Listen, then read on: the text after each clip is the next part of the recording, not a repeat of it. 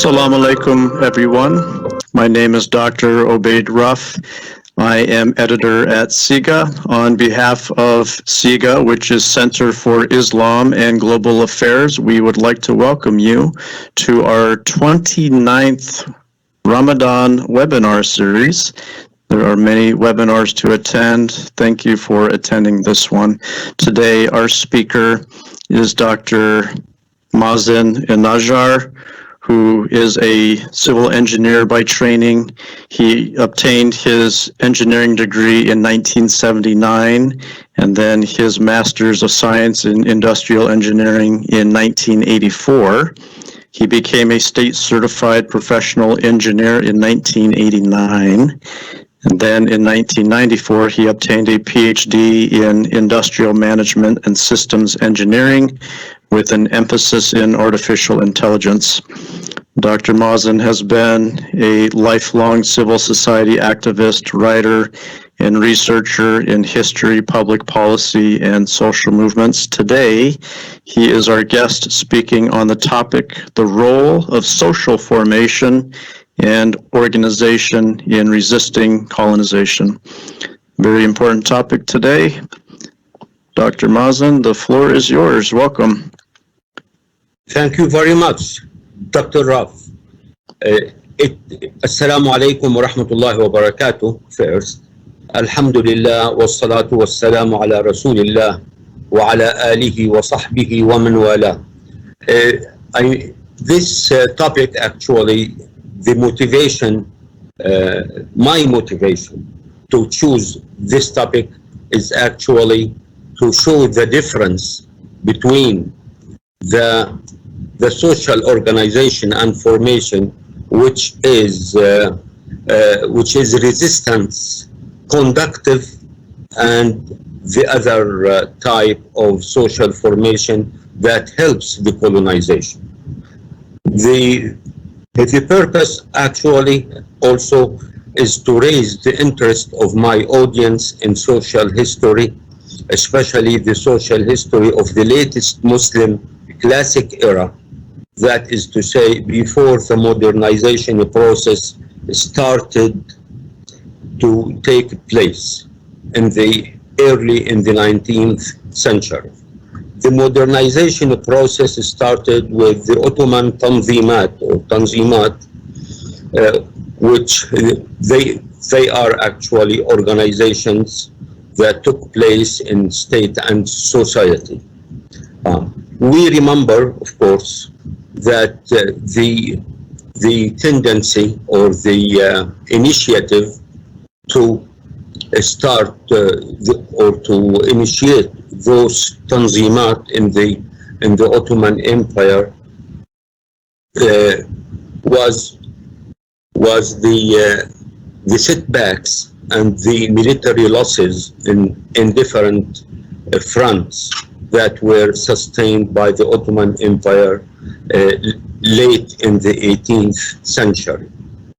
That was not a very good moment to think about modernization, because the modernization process was pursued under difficult and complicated circumstances.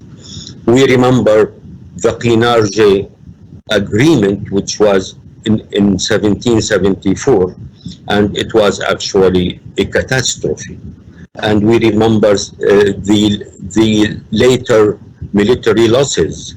We remember the backward or forces or the Murtaja forces, such as the Janissaries and some sheikhs.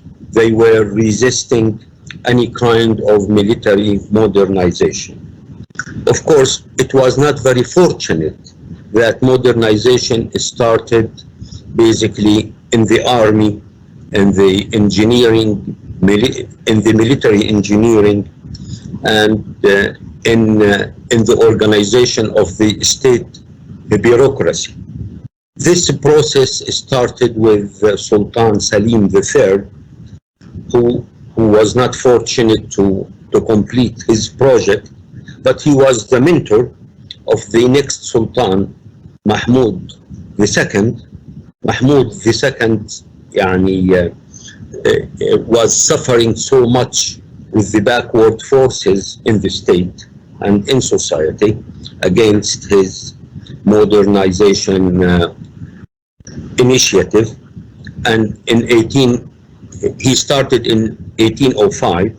In 1826, he had to demolish the whole Janissary section or division of the Ottoman army and started the modernization process from the scratch. Sultan Mahmud used to stay in the military camps. He stayed in one room in the military camps maybe for 3 years, supervising the training of the army according to the modern ways. Sometimes he brought his son Abdul Majid or Sultan Majid and even his daughter to share in the training processes to set an example, a high example, actually for the trainees. After his death, his young crown prince Sultan Majid became the Sultan. He was almost 16 years old. And Sultan Majid was under the strong influence of several ministers and prime ministers. And he suffered so much, actually, with the bureaucracy to achieve parts of the modernization project. Sultan Majid was succeeded by his younger brother Sultan Aziz or Sultan Abdul Aziz. Sultan Abdul Aziz realized that the modernization process went so far in westernizing or alienating the Muslim Ummah under the Ottoman control.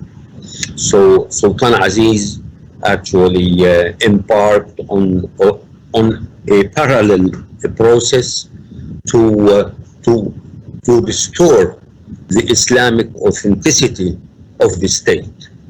Actually, the Muslim subjects of the Sultanate used to call Sultan Mahmud II Kafur Sultan, يعني Sultan al-Kafir, because he started to put his picture on the walls of all service centers of the government.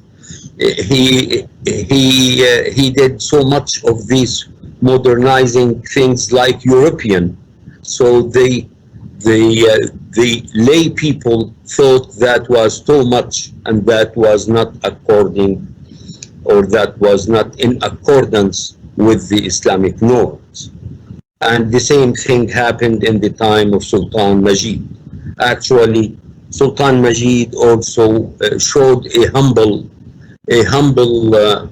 profile of the Sultanate when he accepted, for example, the some kind of decoration from Queen Victoria of England. That was not welcome by the lay people, by the general people. However, Sultan Aziz did a real effort to restore the Islamic authenticity back to the state and to the people. However, and actually the infrastructure that Sultan Aziz established in terms of military, bureaucracy, the state institutions, that was very valuable later. You remember the Jana Qal'a battle between the Ottomans and the British. The Ottomans, of course, were led by Mustafa Kemal Pasha and against the British. The same battle is called in English the Gallipoli. And It was a disaster for the British. They will never forget. They have lost very heavy, they sustained very heavy losses in terms of lives and in terms of financial cost, in terms of everything, actually. That, that was the infrastructure established by Sultan Aziz. However, Sultan Aziz was assassinated by some British agents. Among them was Hussein Aouni Pasha. Hussein Aouni Pasha was supposed to be a sincere general for the Ottoman Sultanate, but he was a British agent or a British tool, according to the historian Yilmaz Ostuna. Sultan Aziz was assassinated when he was 37 years old only. After him, of course, his nephew, Sultan Murad V, was involved in the conspiracy to assassinate Sultan Aziz. And after 30 days, he was ruled as unfit, mentally unfit for the Sultanate. And Sultan Abdul Hamid II assumed the position of Sultan. Abdul Hamid II was working also like his uncle Aziz. He was working on two parallel processes. One of them was modernizing schools, colleges, institutions, transportation, infrastructures, everything. He was completing the project of modernization. On the parallel line, Sultan Abdul Hamid reminded people that his full name is Abdul Hamid Khan II, or Sultan Abdul Hamid Khan. Abdul Hamid Khan means not only he is the Sultan of the Ottoman people and the Khalifa, the Caliphate of the Muslims, but he is also the Khaqan of the Turks everywhere, whether they are under his reign or they were not under his reign. And that was a very shrewd plan from on his part, because he was trying to revive the Muslim League or the Muslim bonds among different peoples of Islam everywhere in the world. He sent his agents in different places of the world outside the Ottoman state, under the title of imams, under the title of teachers, things of that sort, to maintain the relationship with different Muslim nations. Okay, we would like I would like to show some of the manifestations of the modernization process. The modernization versus a traditional society. Under the modernization process, the institution of ulama lost so much of its power. It lost its power as judges. It lost its power, its position as leaders of the public. Gradually, they lost a lot of the awqaf that were under their supervision. The Sharia law were replaced by, at least in part, were replaced by French and English laws to organize the state matters. So many things happened that weakened the institution of ulama. However, I would like to say before I go further that the modernization process is irreversible.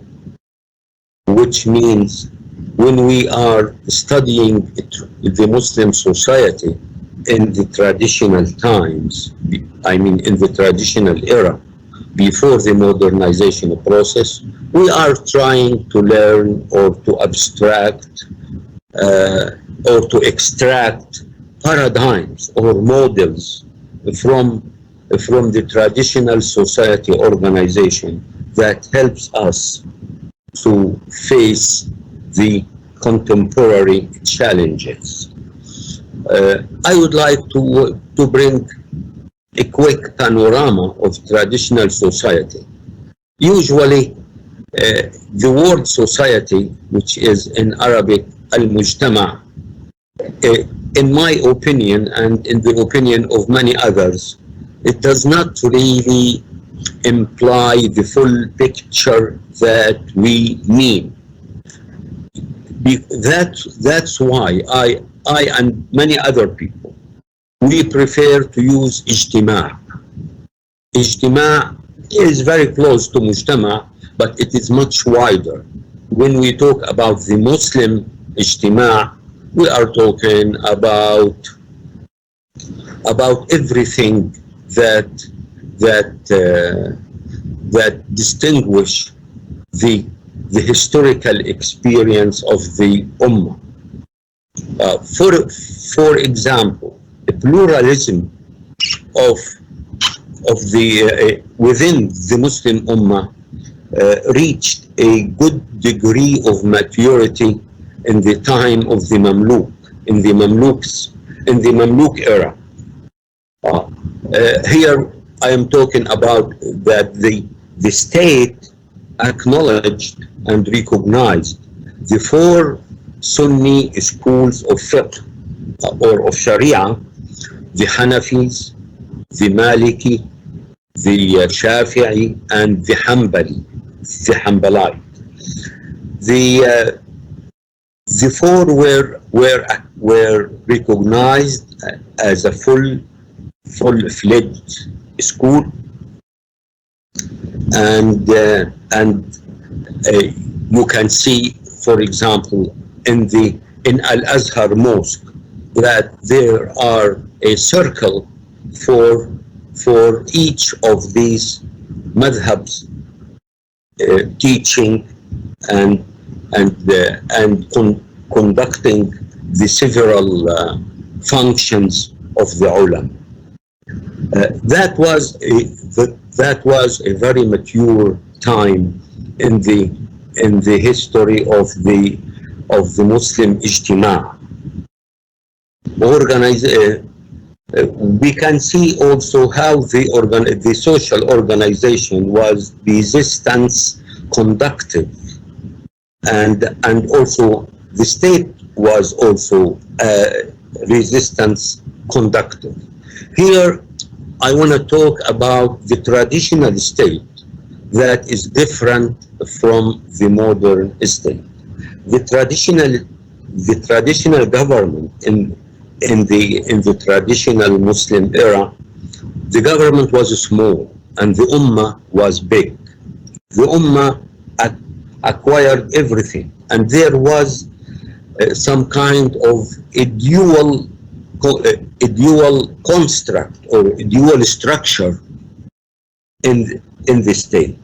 Ahlul Sayf, the people of the sword, and Ahlul Qalam, the people of the pen.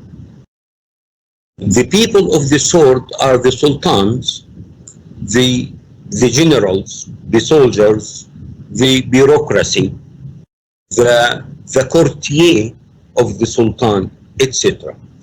The people of the pen were the ulama, the writers, the muftis, the qadis, everything that goes to education, everything that goes to courts, to teaching, to ifta. Everything was actually away from the control of the sultan and his courtier. This kind of duality actually helped to keep peace in the Muslim Ummah and decrease the harms of the corrupt sultans, which means the sultan is there in the capital. He is in the castle, in the big castle, with his with, with his uh, with his group, with his supporters and his employees. So if he was a good sultan, that will be great. If he was a corrupt sultan, his harms are limited within his own borders. So that was the advantage of such ideologies.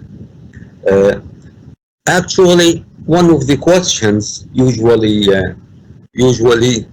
tackled by Orientalists or researchers of the traditional Muslim society was, what is the secret of the vitality of Muslim city? Such a question was tackled by Massinian in France, by Albert Hourani in England, Ira Lapidus in the US, and they had different answers. Massinian answered that the secret of the vitality of Muslim city is al-asnaf. Al-asnaf, he meant by that professionals or professional associations. He believed that this huge network of professions and the professional associations and their way of organization was the secret behind the vitality of the Muslim city. However, and of course he was right in part, surely. However, Albert Hourani and Ira Lapidus probably, they had another answer. They said the alliance of ulama and merchants actually was the main support or the main basis of the vitality of Muslim city. Why? Because the ulama was aware of the social needs in terms of awqaf, in terms of sadaqat, in terms of institutions, in terms of everything. The ulama were aware of that.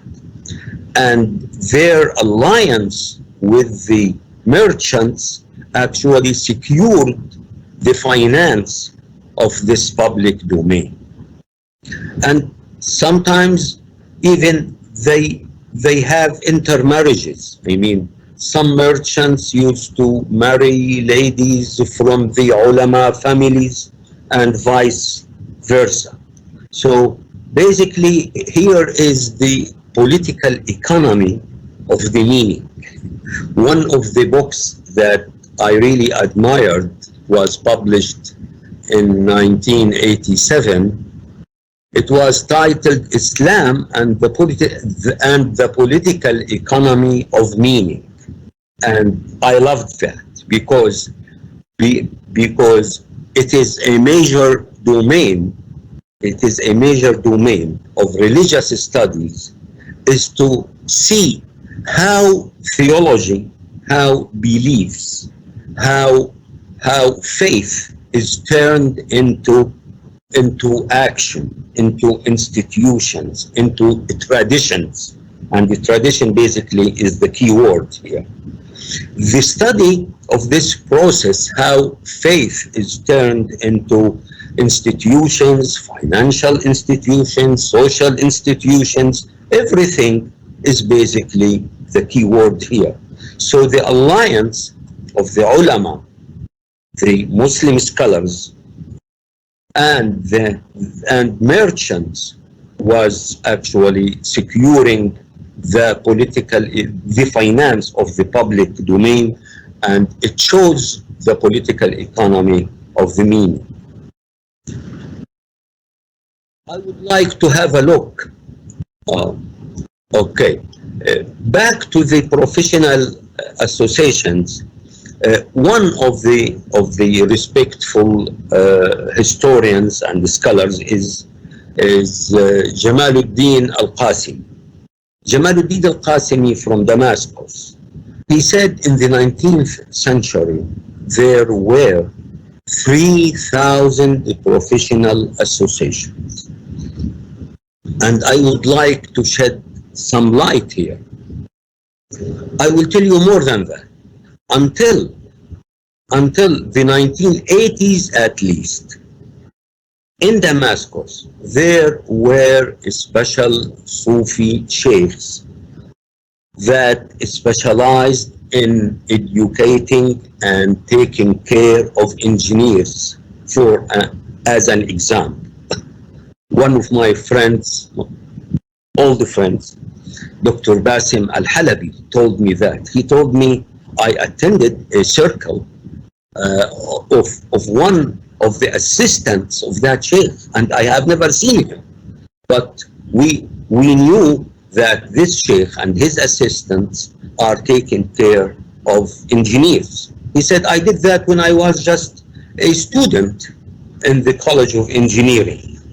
So I knew that every profession had two types of organization. One is a professional organization, which means the chiefs of the profession who are taking care of the young newcomers to the profession, who also they train them very well. They try to give them the ethics, not only the tactics, also the ethics of the profession. They have also some kind of fund, a special fund for that sector of the professions that take care of the sick members, etc., etc. And many times those newcomers, after they become mature and become successful professionals, they get married to the daughters of their chiefs and mentors who trained them and give them the chance to be a very skillful hands. On the other side, or the other type of organization, each professional association used to have sheikhs or at least one sheikh from one of the Sufi orders who takes care of the new and old comers. I mean, the newcomer boy who is maybe in his early teens, 12, 13, 15 years old, he goes to the sheikh gives him Fatihat Suluk. Fatihat Suluk يعني a beginning to the way to Allah subhanahu wa ta'ala, a beginning to understand the Sufi tariqa and to get committed to its rituals, to its commitments, basically. So some of these professions were connected to the Rifa'i Sufi order, others to the Shadhili, others they were connected to the Qadiri, etc., etc.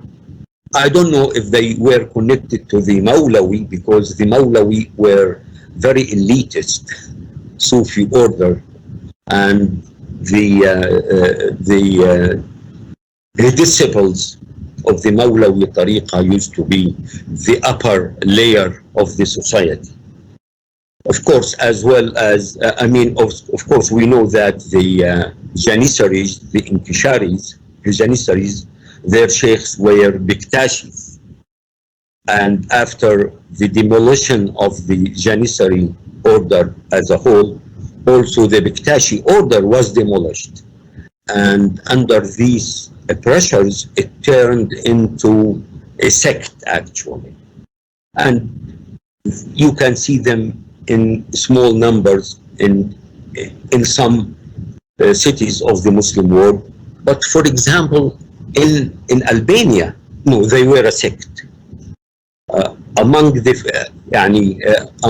famous members of the Bektashi sect of Albania was the father of a very famous and great poet in Egypt, Ahmad Rami, rahimahullah.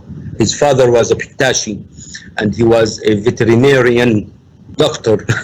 Yeah, probably he is the first generation of his family in Egypt. Yes. Anyway, we go back to the panorama. To the panorama. Actually, we want to go back to the Cairo, the scene of Cairo at the moment of Napoleon's invasion. Napoleon invaded Egypt in 1798, by the end of the 18th century. At that time, of course, Napoleon he tried to deceive Muslims there, and he distributed leaflets saying, I am Abdullah Napoleon, the Muslim, and I invaded Rome, and I'm going to destroy the Catholic Church of Rome, etc., etc. That was kind of a propaganda that nobody bought. Anyway, but Cairo at that time, it is not more than 500,000 people. As a population, the population of Cairo was not more than 500,000, maybe less. But the social organization was ideal for resistance, was very conductive for resistance. We had these Sufi orders, that is a horizontal organization with multi-centers. It was not a central organization. It doesn't have one center. It has so many centers. So destroying one center does not affect or does not stop the resistance. There were the professional associations. There were the Ashraf, the Ashraf guilds, Naqabatul Ashraf, the Ashraf guilds. There were the ulama institution of Al-Azhar, and that was very strong institution. Usually, they were the leaders of every protest against the walis, the Ottoman walis, when they mess up. People used to gather, and one or more of these ulama from Al-Azhar lead them to the door, to the door of the wali's office, and knock on that door and informing or advising the wali of the people's protest and the people's anger. So we have actually a very rich picture of social organization. It is not totally horizontal. It has several layers, one upon the other. And it is not also hierarchical the way we see organizations now. So it was very rich moment of social organization and mature social formation. I mean, nobody was left out. I mean, the whole community was organically connected with each other. So, the ground was ready for the revolution. I would like to also I remember now that the different places of, the different alleys of the city, every alley has a door, has a gate, and that gate is closed after Maghrib. So every alley has some kind of autonomy. when it comes to movement. So when the first revolution and the second revolution took place, some of the French soldiers used to enter those alleys, and the people closed the door, and the ladies from upstairs windows used to pour boiling water on those soldiers, and the youth of the alley used to actually hook them with hooks and and uh, and arrest them. Of course, Napoleon was the first one who thought to to uh, to dismantle the alley, and the first step was basically to take the doors or the gates out. During these revolutions, the French, of course, the revolution feed itself. I believe very much that the revolution feeds itself, which means the revolution erupted, strong resistance was shown against the colonization, against the French invaders. Okay, the French invaders were so were so basically shocked, and under their shock and under the shock and anger, they desecrated Al-Azhar Mosque. They did defecation in the mosque, and they entered into the mosque with their horses, and their horses also defecated in the mosque as well as the soldiers. They killed tens of thousands of people, but also they sustained heavy losses. I mean, for an arrogant invader, invaders, they didn't expect actually to sustain such heavy losses. So I would like to say the whole layout, the social formation, social organization, even the architecture, the layout of different housing quarters, everything was conducive to resistance. Of course, when we look now at the layout, we see the opposite. Actually, before that, in 1806, there was a British campaign to invade Egypt, and they were trying to land in the city port of Rashid on the Mediterranean. The leader of that campaign was Fraser. Actually, the campaign was defeated severely, and Fraser had to withdraw and go back home and leave the place. Only the people of Rashid were able to defeat a British naval campaign to occupy the country. Of course, rulers later on, such as Muhammad Ali Pasha, were not happy with that. We're not happy with that because they insist that everything should be done by the state, and they should take credit for every achievement. They don't believe in people. They don't believe in people's ability to resist and to make victories and to achieve goals. Never. They don't. And that pattern basically has been in place for over 200 years. And we can see that in every Arab country with this so-called modern national state, الدولة الوطنية الحديثة. However, when we look, in 1882,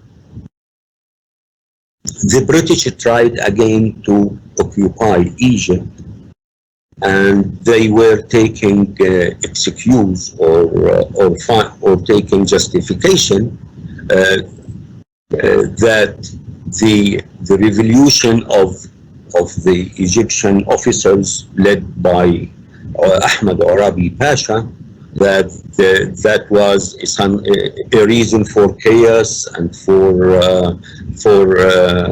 internal strife, etc., etc. So they landed their forces and occupied Egypt. Sheikh Muhammad Abdu, rahimahullah, Al-Imam Muhammad Abdu, he actually summarized the picture in very few words. He said, when the British came to occupy the country in 1882, Muhammad Ali Pasha had already paved the way for them very well. And that was really the case. They couldn't, if Muhammad Ali did not suppress all elements, all seeds of resistance within the community, the British were not able to occupy the country and to stay 40 years. It took so much of a struggle and sincere work by the contemporary Egyptian national movement to get rid of the British finally in 1954.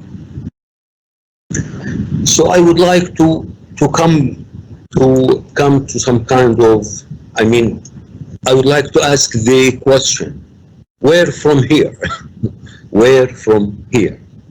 From here, I would like to repeat the phrase or the clause that I said before, which is modernization, a process had taken place. It is irreversible. But we can do what? We can do abstractions or extractions of organization models or paradigm from our Ummah's historical experience. Here, I would like to show one example of the unsuccessful models of organization under the title "The Dilemma of Modern Social Movement." And the dilemma of modern social movement is started with two words: hierarchical model. Hierarchical model. And when I say social movements, I mean the liberal parties, Islamic movements, Communist Party, nationalist parties, all parties and movements, all social parties and movements that tried to precipitate revival, awareness, and liberation. And they did not manage to succeed. Why? Because the organization model they adopted, the modern organization model, that does not lend itself to the Ummah. I mean, when I say social movements did not succeed or they failed, it means they failed to mobilize the Ummah with them. They failed to mobilize the huge sources of their people to achieve the liberation process. Liberation from colonization, liberation from tyrannies and dictatorship, liberation from capitalism and especially parasital capitalism, liberation from every unfair situation. That's what what I should mean. This hierarchical model in the social within the social movements in the Muslim world was borrowed from the Western model of political parties. If you look to all political parties in the West, you will find that all of them borrowed the church model. The church is hierarchical. It is like a pyramid. On the top is the leadership. Under the top leadership, there are, let's say, mid-level operatives or leaders, and so on and so forth. In this type of structure, that doesn't go with the Tawheed, because on the top of the hierarchy, we see some kind of pantheism. I mean, as time goes, these top leaders, they acquire some kind of holiness. They acquire some kind of impeccability. No one can criticize them. And also they are so secretive, so closed, that you can see this is an esoteric organization. We remember in the Islamic history, Al-Hashashin, the assassins. Al-Hashashin was an esoteric organization, and their leadership were pantheistic. They furnished holiness on their leaders, and they gave them absolute obedience without discussion, and the result we know about. We know what the assassins or Al-Hashashin did in the Islamic history as a pantheistic and esoteric sect. Sectarianism goes against Tawheed. It goes against monotheism, because under Tawheed, under monotheism, everything is open. The message of Allah subhanahu wa ta'ala, which is the ultimate ultimate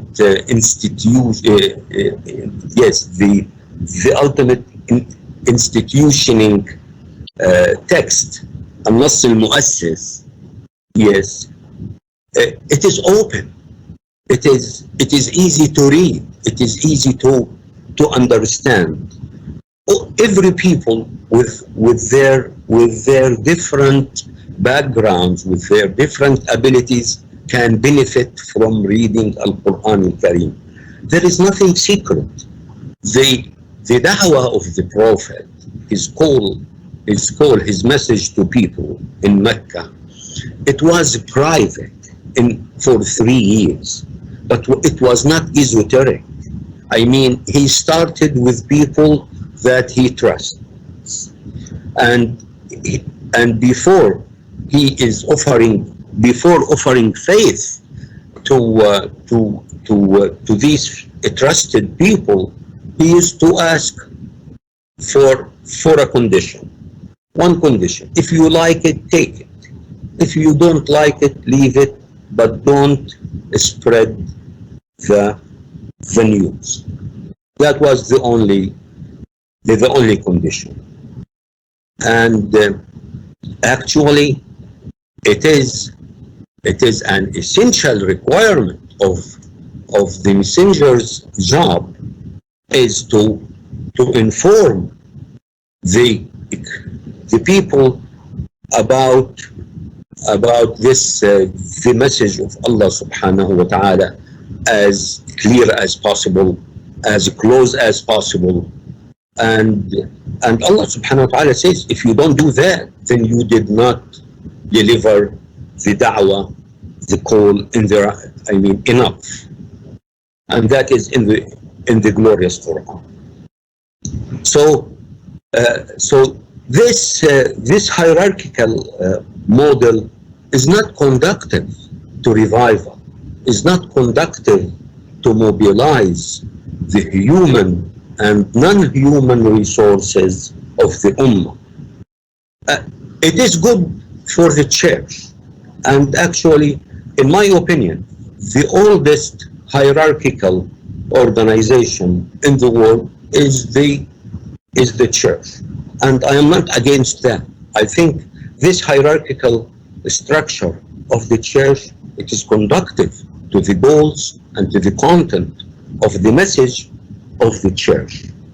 We can see later on that the India English Company, which is described by one historian as an honorable company, that is the title of a book, an honorable company. The the India English Company, it actually borrowed also the church. The Freemason temples, they also borrowed the model organization of the church. Not only that, but also they borrowed some traditions from from the assassins through the knights, the Crusader knights that returned from Palestine to Europe. Yes, but of course they don't practice violence for sure. This church-based model does not work for the Ummah of Tawheed, because the ideal organization model of the Ummah is the model or the structure that is more horizontal than vertical. You remember the organization of the armies of the Prophet sallallahu alaihi wasallam, Sayyidina Abu Bakr, Sayyidina Umar, Khalid ibn al-Walid. The army, for example, they had a muqaddima, which is a prelude, wa muakhira, which is a rear. It has also maymana, a right wing, and a maysara, a left wing, and it had a qalb, a core. The core was actually the control and command center. That was an example. It is not imperative, but it is an example of how monotheistic faith is reflected in organization. And see, for example, the tactic theory of the communist of the Russian or Soviet Communist Party. Two steps is summarized in a book titled "Two Steps Ahead, One Step Back." So that is the tactic theory, and this book was authored by Vladimir Lenin, the founder of the Soviet Communist Party. With all its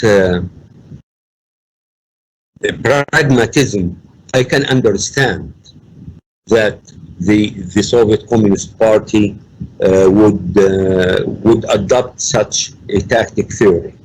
But I will tell you, some Islamic movements, they adopt the same theory. They cannot cooperate with any other movement or party if that cooperation would reflect or would give some benefits or for the other movement or the other party. It is very rare that agreements performed by leaders of some Islamic movements with other civil society entities that can be approved or validated by the central leadership of the organization.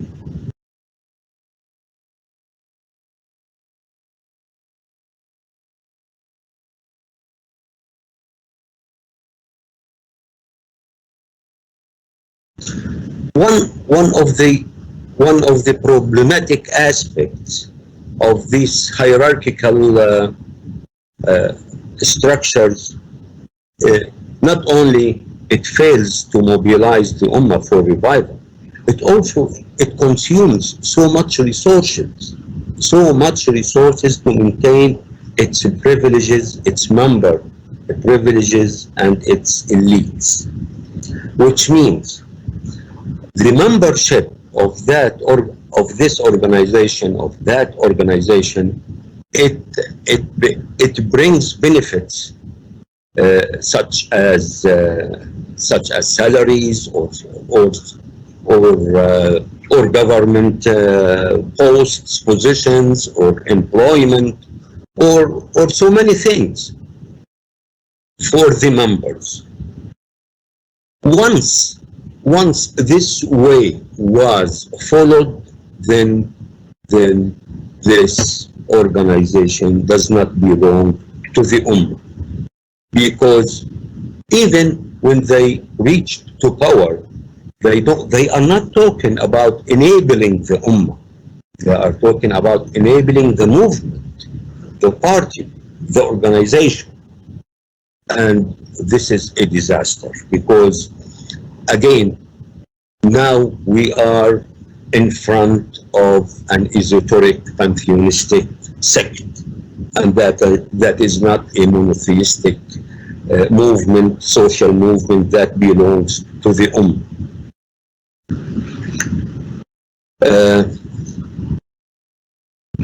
I would give you an example. What is the reason of the main setback of the Palestinian liberation movement? The answer is conflict of partisan elites. We have a dichotomy. I mean, the national liberation movement within the Palestinian people have been divided into two camps, or into two parts actually, and each part is unable to generate enough momentum and enough popular support to be a truly lonely leaders of the people. So both parts, they have reached a state of equilibrium, and I am sorry if this mathematical expression is not suitable, but they have reached into a stability point that the conflict, their conflict became a zero-sum conflict, which means every gain by one of the parties is a loss for the other party, and so on and so forth.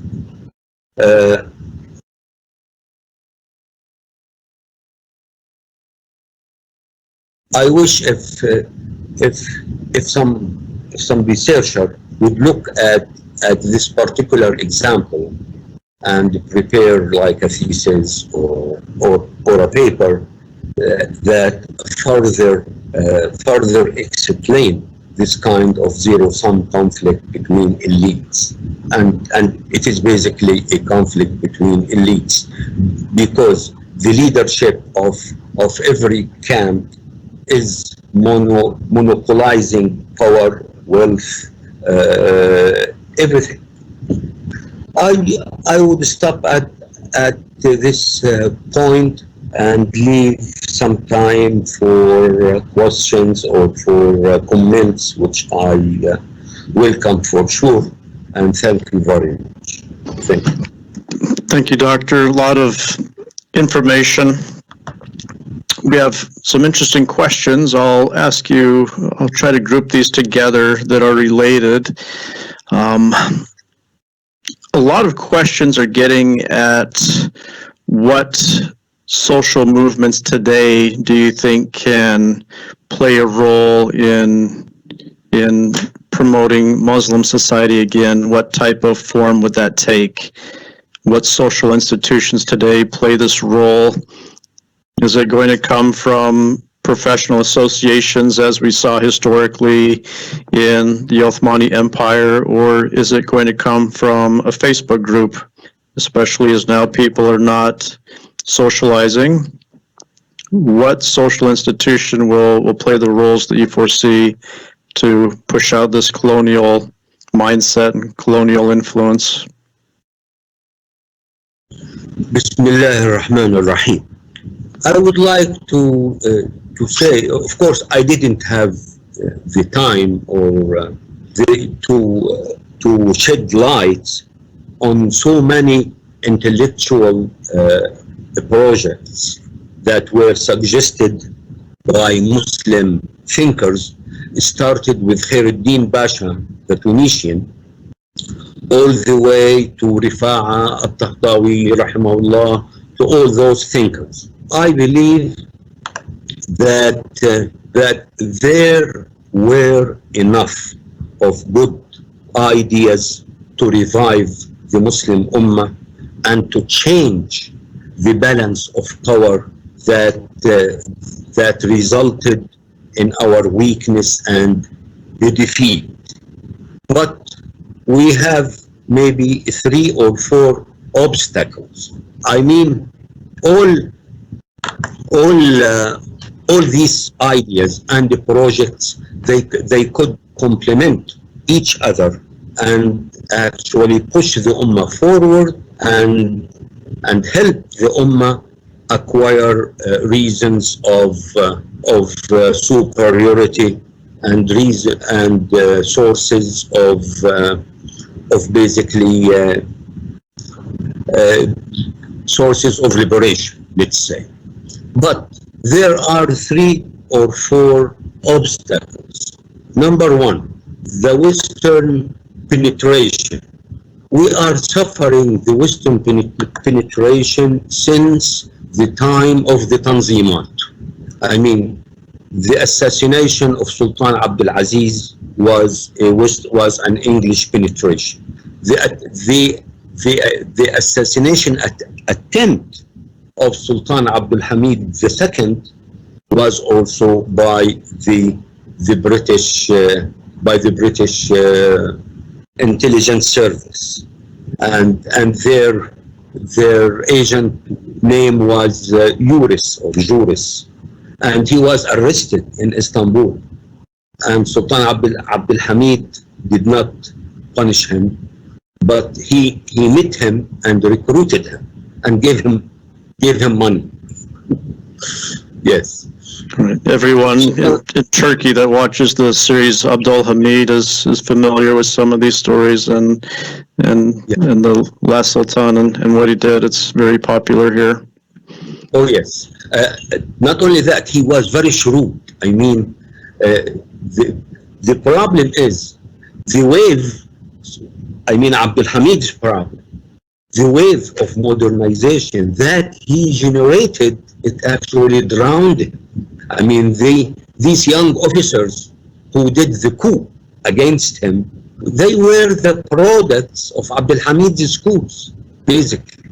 So every time any ummah, any nation that witnesses a huge process of modernization will definitely receive unwanted or undesired, let's say, consequences. Let's go back to the social movement.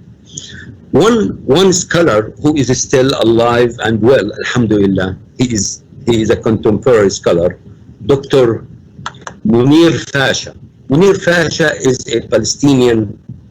He is a Palestinian professor of mathematics in Birzeit University, and he's a graduate of Harvard University. Munir Fasha has a theory that membership organization does not fit the struggle for liberation. He said, I was watching the mosques in Ramallah, in Al-Bira, in different cities of the West Bank. And these mosques were open for all colors, all ideologies, of activists. They used to come there, meet there, and start their action from the mosque. He said because the mosque is not a membership organization. So in my opinion, which I learned from him actually, that every membership organization is a church, and a church is not made to wage a liberation struggle. Period. So that should be clear to all generations, current generation and coming generation, inshallah. They need to know that even if they have to be in a membership organization, they need to do so much effort to decrease the harms, the negative aspects of that membership organization. Number one, we are not the elite. We are not the chosen people of Allah. We are the servants of Allah. And we are the servants of the Ummah. And everybody outside our organization has more priority than everybody inside our organization. Number two, narrow interest should be abundant, should be left immediately. Only the general higher purpose that benefits the Ummah should be followed. Any organizational earnings, any organizational benefits, any organizational propaganda, that is not what the struggle is looking at. So that is another important. If you want to be, if you want to unite people around certain liberation experience, you need to give so much concessions. You need to give concessions to all other entities or all other colors of the national spectrum of your people in order to melt them together and to generate a great momentum, a great impetus that will change the balance of power. That is also very important. Any moment that the members of the organization started to feel personal benefits or to gain personal gains, that is the moment of failure, period. So that is my scope for how social movement should tackle their challenges, and number one challenge is liberation. I would like to go back to the 3 or 4 obstacles that actually hindered the different projects, intellectual projects of thinkers from achieving liberation. Number one, colonization power or colonizers had left, but also they left their own agents in power.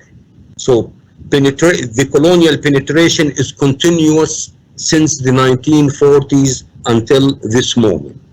That is number one. Number two, the status quo states or the status quo national states with the governing elites, those are the enemy of the people. And some of them confessed that. And they behave accordingly. They behave always with people as an enemy. And they hinder every attempt to revive. So that it should be clear. Social movements, with their selfishness, with their narrow-minded purposes, with their narrow-minded interests, actually they failed to mobilize the Ummah and to change the balance of power, so the balance will tilt toward the freedom of the people. And anything before freedom should be actually abandoned, because there is no way for the revelation of Allah to predominate the whole existence, the whole earth, except with freedom. If people are left free to choose, they will choose the right option. But forcing people for this or for that will definitely be a big failure. Thank you. Yeah, I agree on the points of colonial political penetration, and people are afraid of changing the status quo. CIGA, our directors, tasked myself and perhaps some others doing analysis of civil-military relations, and we see that a lot of the infrastructure left behind by colonizers are the problems today. The system that you see in Egypt is very British, with a elite separate class, their own schools, healthcare, wages. Egyptian military is in a much different existence than the typical Egyptian on the street. It's not the same country, and that's certainly a barrier. We have a question referring to your analysis of people of the sword, people of the pen. I see that as the option. How do you respond against a colonial movement? Do you use violence or diplomacy? How does that fit now with a modern nation-state system? Even now, there's so much caution. Being called an activist can get you detained in the airport for several hours. Accusations that you are supporting movements that are not popular. How do you deal with this balance between when to show physical resistance, when to use diplomacy in this modern nation-state system? Of course, non-violent struggle has always the top priority compared with other options. Absolutely. And I believe if social movements are able to mobilize people on a large scale, probably they will never need violence to achieve liberation. However, if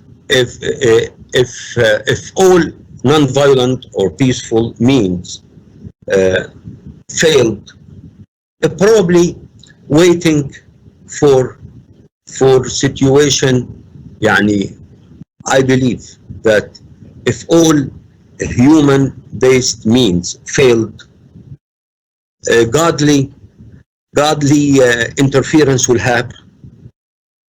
But we need to be ready when it happens. We need to be ready for the opportunity when it appears. The problem is, let me give you some examples.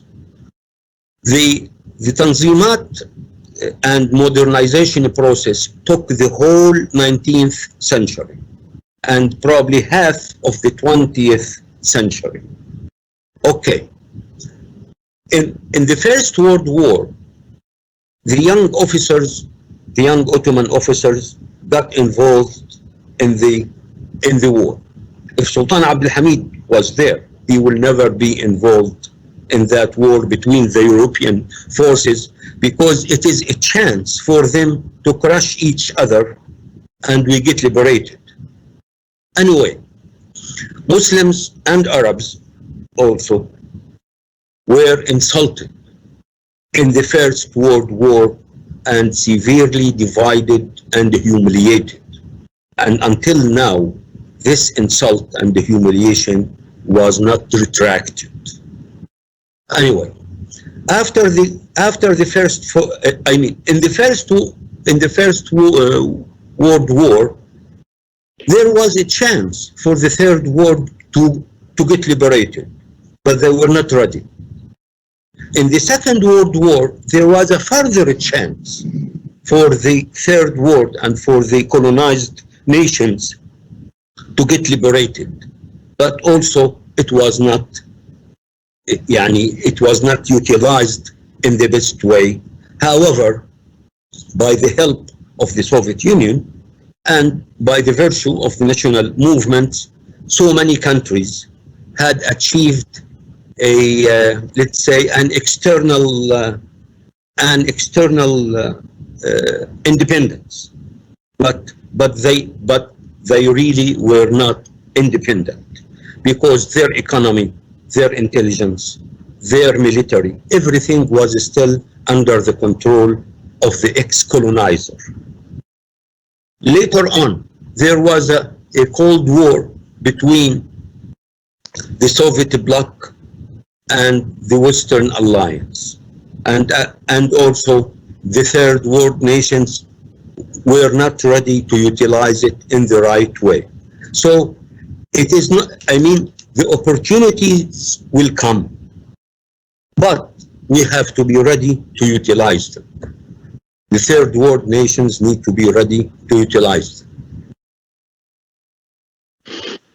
Another question regarding Al-Azhar playing a historical role in resisting colonialism. When did Al-Azhar lose its effectiveness and independence in recent times? You know, the institution of ulama, the Sunni institution of ulama, was dependent on the awqaf and on their influence within the Sufi orders and other social formations. The modernization process actually took from them several things. One thing is the judiciary. We started with so-called mixed courts, where we have English judge, we have French judge, we have Austrian judge, beside local judges. Later on, all laws actually were formed outside the Sharia. So ulama no longer have the power of judiciary. That is one. Number two, ulama were in control of a huge wealth that was called awqaf. Awqaf were appropriated to cover students who are seeking education. Awqaf was covering hospitals. Awqaf was covering even paving roads. Awqaf, you know better than me. You in a place that witnessed a huge amount of wealth through centuries for awqaf. People of Istanbul made awqaf to feed the stray cats in the street. So awqaf was a huge thing. The modern national state confiscated awqaf. I mean, in some Arab countries, they returned the awqaf of the church back to the church, which is welcome. But they took over the awqaf, the Muslim awqaf, which is not welcome. So that is another aspect. Of course, the modernization itself marginalized the Sufi order. Before modernization, there was no social life outside the Sufi culture. Even the judge and father of Muhammad ibn Abdul Wahhab, rahimahumullah, he was a Sufi. He was a Hanbalite judge and faqih, and he was a Sufi. I would think most likely he was a follower of the Qadiri Sufi order, because Imam Abdul Qadir was also a Hanbalite. Sayyid Abdul Qadir al-Gailani, rahimahullah. So there was no, even Christians and Jews used to go to the Taqiyya and Darka of the Mawlawi Tariqa to learn music and to learn calligraphy and to learn Persian language so they can understand the poetry of Maulana rahmahullah. So that was life. Modernization, it changed life. So Sufi order and its atmosphere was lost or at least marginalized. So the ulama institution became, or it was weakening gradually. So when we reached to the 20th century, they had nothing except the ilm. So that was the process how we came here now. I like that answer. We have 3 questions related. Let me ask these together, Doctor. What do you think the purpose of having Islamic movements in Muslim societies? And then continuing that question, do Islamic movements fulfill the role of dawah or political parties or both? And as Muslims who live in former colonized countries, how do Muslims in these countries alleviate the colonized mindset from the Western cultures? These are very big questions, and they may take us for a long time to argue every aspect of the argument. Anyway, I will go first to the first question. Please say that again. The first. Yeah. What do you think the purpose of having Islamic movements? What's the purpose in terms of a social movement? Why Islamic movement as opposed to a patriotic or ethnic movement? Okay, the purpose of modern Islamic movement is to confront the colonization challenge, period. And the founder of this modern Islamic movement is Jamaluddin al-Afghani, rahimahullah, Sayyid Jamaluddin. And you can see that in every Muslim country, the generation that went into modern schools that are designed according to the Western style and felt the modern Western challenge, they became parts of the Islamic movement. I will give you a simple example. Look at the Wahhabi scholars in Arabia. The former generations didn't go to modern schools, didn't have enough exposure to the modern Western culture. So they never felt the challenge, and they never felt the need for an Islamic movement.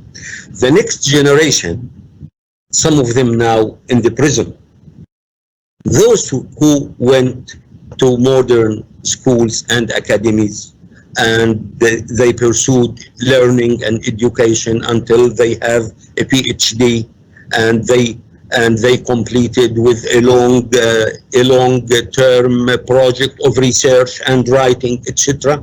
Those really felt it, and they are part of the Muslim movement, even of the Islamic movement, even if they were not members of any organization. So that's the way I understand it. The next question you ask about how much did they fulfill, right? Is this part of dawah or political or both? Actually, in the beginning, the differentiation between the da'wah part and the political activity or the political activism, I mean, it was not really clear. There was a da'wah, there was a great activism to revive the spirit, the spirit between the new generations or the young generations, and that was successful. Among the reasons of their success was basically the solidarity they showed with several Muslim causes. You can see at that time in Cairo, leaders from Indonesia in the 40s, for example, or 30s and 40s. Leaders from Indonesia, leaders from Tunisia, leaders from Algeria, leaders from Morocco, from Palestine, from several places. There was a good hotbed to absorb and to support the Muslim causes in different way. And the leaders of the public opinion were aware of that. There wasn't there at that time that kind of chauvinism that separate between one Muslim people and another Muslim people. We were still having the awareness of the Ummah. And inshallah, we will be back to this awareness of the Ummah. Inshallah. Let's ask one more question, Doctor. Other than the ulama class, what other social institutions today that are independent of state authorities are part of resistance against colonialism? Actually, I have missed some part when I was giving a panorama.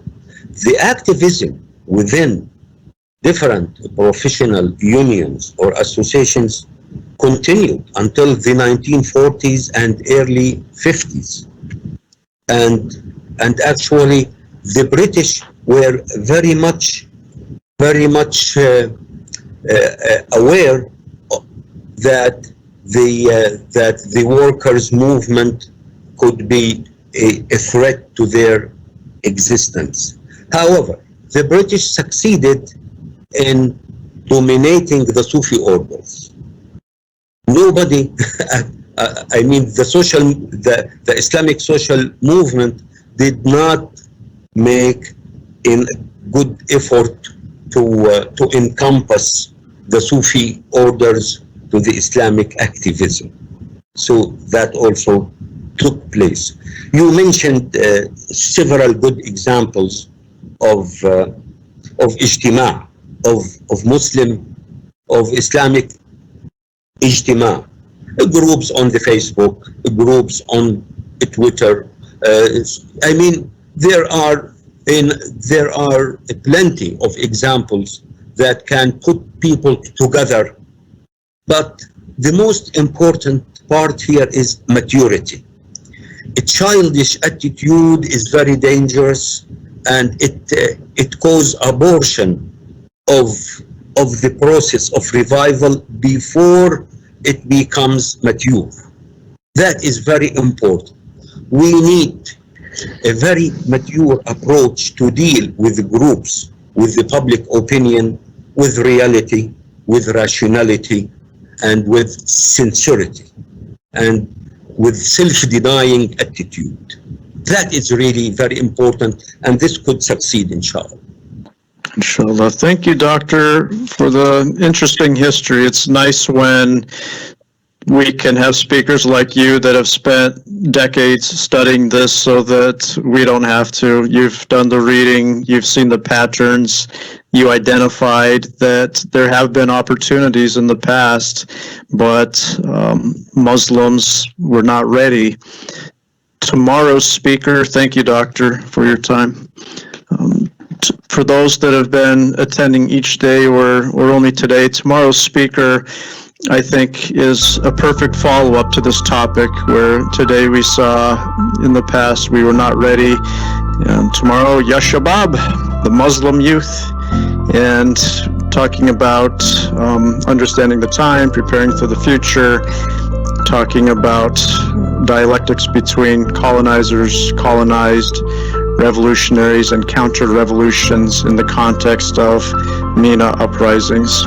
We've seen a lot of changes across Northern Africa, starting with the Arab Spring. Again, that was in part facilitated by a Facebook group in Tunisia. And tomorrow, our director, Dr. Sami Al-Aryan, will be speaking more on this topic, and perhaps we can be ready the next time there are opportunities. Thank you, everyone, for joining us, attending today. We hope that you can join us again tomorrow at the same time. Assalamu alaikum wa rahmatullahi wa barakatuh.